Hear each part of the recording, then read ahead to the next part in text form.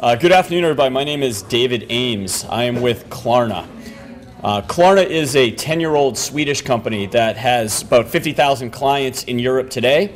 And we recently launched in North America. I handle partnerships. We launched in North America about literally 2 months ago, although I've been on board since late last year, with a $100 million cash infusion from Sequoia Capital, so the same company that also has backed some great names like Airbnb and LinkedIn and other organizations like that.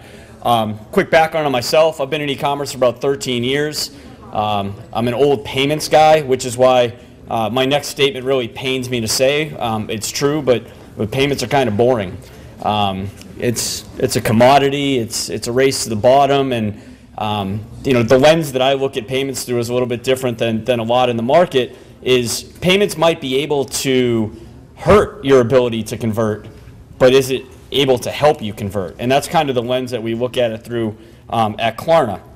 So enough about Klarna and a little bit about commerce in general, specifically mobile commerce. So a few quick statistics there. I think everybody can read this and doesn't need me to recite it. It certainly lends to and leads to what we're seeing, which I'm going to show you here on a couple slides, that traffic is dramatically increasing on mobile and tablet and decreasing on desktop, especially on shoppable sites. The problem is that the conversion rates are literally, in some cases, 10x lower than they are on a desktop, and that's a major problem. So for any merchant that has a website, I'm guessing that these numbers are in line with what you're seeing today. But the big problem is, and the reason why those conversion rates are so much lower, is because of these statistics here. So, over half of the people out there are saying that it's simpler to utilize a keyboard and mouse. And quite frankly, in today's environment, I would have to agree with them. You have your standard concerns about security, and it takes too long, and I don't have my credit card available. But I think the reality is that people will buy on mobile if we let them. If you look at some of these statistics here, so the percentage of e-commerce versus the percentage of m-commerce, and this is really the telling tale right here. So total e-retail is up over 15%. However, if you take mobile off, it's actually on a negative growth trajectory, which I think may be surprising to some people. But the reality is every one of you in this room has a mobile device. I would imagine, unless anybody's still using an old flip phone, every one of you in here has the capability of buying something online right now if you wanted to. So I strongly believe that these numbers and trajectories are going to continue. But it's going to be a heck of a lot more. And if 100 people put an item in the cart, so this isn't just 100 people arrive on your website, right? I think everybody would agree that the average standard conversion rates on desktop today, give or take what you're selling, is about 3%. So every 3 that arrive on the website, every 100 that arrive on the website, 3 will buy something. These statistics are saying 100 people have not only arrived on your site, but they've found the item that they wanted. They've navigated through whatever mountain range they've had to get to actually find the item that they want and put it in a cart, which is, as we all know, 100% a buy sign, right? So 100 people are going to put an item on a cart. 65 of those are just going to, 65 of those are going to leave on desktop. 71 of those are going to leave on tablet. And 81 of those are going to leave on mobile. So why are they dropping out on mobile so much more frequently than everywhere else? So the first thing we have is unnecessary registration, right? Do you want to log in as a guest? Do you want to log in? Do you want to register as a guest? Do you want, guest checkout? Well, maybe I don't want to do that, right? I don't have my credit card on me, right? That's probably the biggest one. Or I'm in a situation where I don't feel comfortable whipping my wallet out and starting to punch in my credit card numbers. I'm on the train. I'm sitting at a coffee shop waiting for a friend. I'm just not going to put my payment credentials in public at this moment in time. Or they don't have the way that they want to pay. So, along these things, some of the ways that we have the ability to improve and change the buying experience on a mobile device is to separate the buying from the paying, to completely eliminate any type of registration, authentication, or login. To make it as simple as one click and to personalize the buying experience. Now, a little bit of a sidebar here. Back in 2007, what's happening in the market today is something that happened in 2007, for those of you that have been in the industry in a while. At that moment in time, alternative payments, especially as we started moving into 2008 and the credit crunch started happening, alternative payments were all the rage, right? You had PayPal, Bill Me Later, Mazuma, eLayaway, eCheck. This is George Carlin style, right? Just keep rattle, rattle, rattle. eCheck, eLayaway. We had Safety Pay. All these different types of payment options. How much was too much? And how much of your market were you cannibalizing? How much were you confusing the consumer by saying, hey, you want to pay with this alternative payment method, you want to pay with cash, or you want to pay with your credit card, or here's a white label private credit card, and it just got to be too much. And now I'll step up on my soapbox. I'm seeing the same thing happen again in 2015 with Apple Pay, Samsung Pay, Android Pay, Pinterest Pay, Facebook payments, Twitter, Bitcoin, et cetera, et cetera, et cetera. And the problem is some of these are phenomenal payment solutions. However, it goes back to that same theory of, well, I have an Apple phone, all right, so I want to use Apple Pay. Well, I have a Samsung phone and I'm going to use the Samsung Pay. I love Bitcoin, so I'm going to do it this way. But as you're doing that as a merchant, how many of these payment types can you really support and support successfully without A, convoluting your shopping cart, B, especially on mobile, making it into a clean buying experience?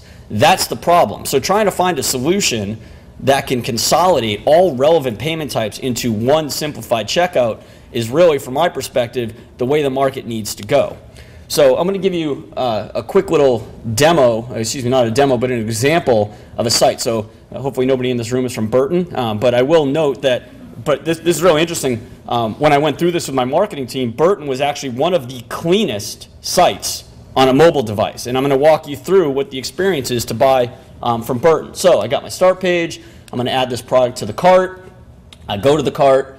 I check out now. Pretty simple, pretty standard. All right, so I'm not going to create an account, which, by the way, would just be a whole nother bunch of steps. I'm going to go ahead and just continue the checkout as a guest. So here we are. I got to enter my shipping information. So I have all that to enter on my mobile device. I got to pick my delivery method. I continue. Now I have to do my billing address. In this particular instance, they didn't give me the checkbox. It said, do you want to do the same? So I have to enter, 1, 2, 3, 4, 5, 6 boxes again. Now I get to the payment page. So now I have to enter email, telephone, name of credit card type, security code, credit card number, expiration date. How long is this actually taking is really the question, because as you guys know, every precious second that the consumer takes longer and longer to actually complete the transaction, your conversion rate goes lower and lower and lower. So I finally click continue. I now review and submit, and I was able to buy. Done. I did that really quickly. Having it preloaded and in slides is a heck of a lot easier than playing fat finger games on your smartphone. So there is a way to simplify mobile commerce. So we'll catch up to where we were in that Burton example, where we're going to go ahead and check out now. We enter our email address. We enter our zip code. We click continue. And we've been authenticated, either fingerprinted on the device, or we've been a repeat buyer on this or a aggregated data network. We click continue. We place the order. And we're done. So if you look at kind of the two different slots that we have here in the current process, you see 16 different steps and probably upwards of 15 or 16 different data elements that you need to enter to be able to check out. On the right hand side, which obviously was a Klarna experience, you're entering 2 bits of data and you're done. So I think that, as I mentioned in my diatribe before, as you're looking at all these different payment opportunities and payment alternative payments, which again, this war was fought in 2008 and PayPal won. Everybody else was either acquired or died. I think you're seeing that happening again.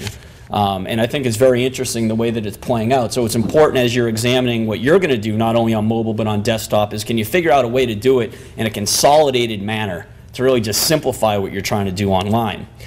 And the last thing that I would say is that you guys as merchants spend a lot of money just driving traffic to your site, right? Just plain and simple. And I'm not even going to get into that. I'm not the expert there at all. That's Rand's expertise, right? So you outsource a lot of what you're doing. You got your SEO, you got your SEM, you got product catalog, et cetera, et cetera. You guys can all read. These are all things that are pretty much mandatory in order to function as a website.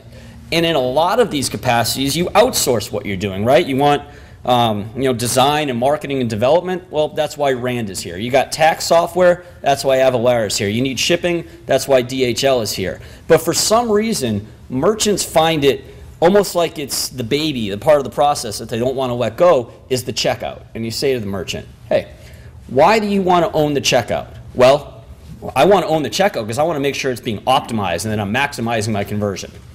There you go. The checkout needs to be looked at through the same lens as each and every one of those other things that you don't necessarily do in-house, depending on how large you are. You outsource that to the experts. And my last, I guess, bit of advice would be the most important part of the process is the checkout piece. And if you don't consider yourself an expert in that area, then it's probably important to outsource it to a company that can drive an increase in conversion. That's everything for me, guys. Thank you very much. Appreciate it.